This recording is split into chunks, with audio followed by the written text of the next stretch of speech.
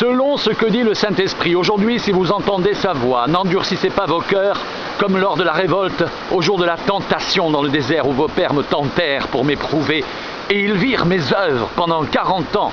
Aussi je fus irrité contre cette génération et je dis, ils ont toujours un cœur qui s'égare, ils n'ont pas connu mes voies. Je jurai donc dans ma colère, ils n'entreront pas dans mon repos.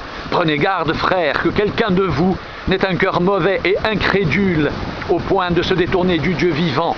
Mais exhortez-vous les uns les autres chaque jour, aussi longtemps qu'on peut dire aujourd'hui, afin qu'aucun de vous ne s'endurcisse par la séduction du péché. Car nous sommes devenus participants de Christ, pourvu que nous retenions fermement jusqu'à la fin l'assurance que nous avions au commencement, pendant qu'il est dit « Aujourd'hui, si vous entendez sa voix, n'endurcissez pas vos cœurs, comme lors de la révolte. » Qui furent en effet ceux qui se révoltèrent après avoir entendu sa voix, sinon tous ceux qui étaient sortis d'Égypte sous la conduite de Moïse, et contre qui Dieu fut-il irrité pendant 40 ans, sinon contre ceux qui péchèrent et dont les cadavres tombèrent dans le désert. Et à qui jura-t-il qu'il n'entrerait pas dans son repos, sinon à ceux qui avaient désobéi? Aussi voyons-nous qu'ils ne purent y entrer à cause de leur incrédulité. Craignons donc, tandis que la promesse d'entrer dans son repos subsiste encore, qu'aucun de vous ne paraisse être venu trop tard. Car cette bonne nouvelle nous a été annoncée aussi bien qu'à eux, mais la parole qui leur fut annoncée ne leur servit de rien, parce qu'elle ne trouva pas de la foi chez ceux qui l'entendirent. Pour nous qui avons cru, nous entrons dans le repos, selon qu'il dit « Je jurai dans ma colère, ils n'entreront pas dans mon repos ».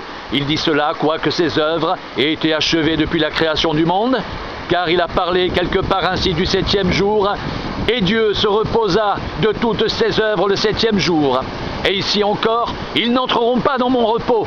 Or, puisqu'il est encore réservé à quelques-uns d'y entrer, et que ceux à qui d'abord la promesse a été faite n'y sont pas entrés à cause de leur désobéissance, Dieu fixe de nouveau un jour, aujourd'hui, en disant dans David bien longtemps après, comme il est dit plus haut, « Aujourd'hui, si vous entendez sa voix, n'endurcissez pas vos cœurs, car si Josué leur avait donné le repos, Dieu ne parlerait pas après cela d'un autre jour.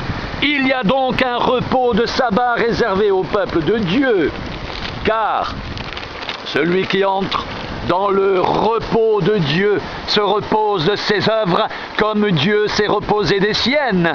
Empressons-nous donc d'entrer dans ce repos afin que personne ne tombe en donnant le même exemple de désobéissance. Car la parole de Dieu est vivante et efficace, plus tranchante qu'une épée quelconque à 2 tranchants, pénétrante jusqu'à partager âme et esprit, jointure et moelle. Elle juge les sentiments et les pensées du cœur. Nulle créature n'est cachée devant lui, mais tout est à nu et découvert aux yeux de celui à qui nous devons rendre compte.